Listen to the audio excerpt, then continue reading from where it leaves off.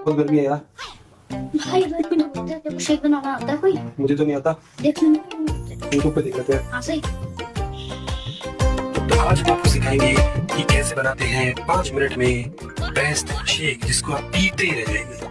उसके लिए सबसे पहले आपको चाहिए एक मिक्सी का जार, 1 गिलास दूध, 4 आइसक्रीम के टुकड़े, 5 काजू, छोटा भीम का राजू, डोरेमोन की पॉकेट, नासा का रॉकेट, मोदी की मेलोडी, न्यूज चैनल की कॉमेडी, अंबानी का खजाना, शर्मा जी के बेटे की डिग्री, काशिक का दर्द और पड़ोसी का वाईफाई का पासवर्ड।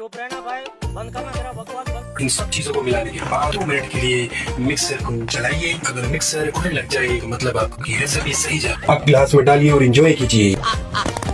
Good job.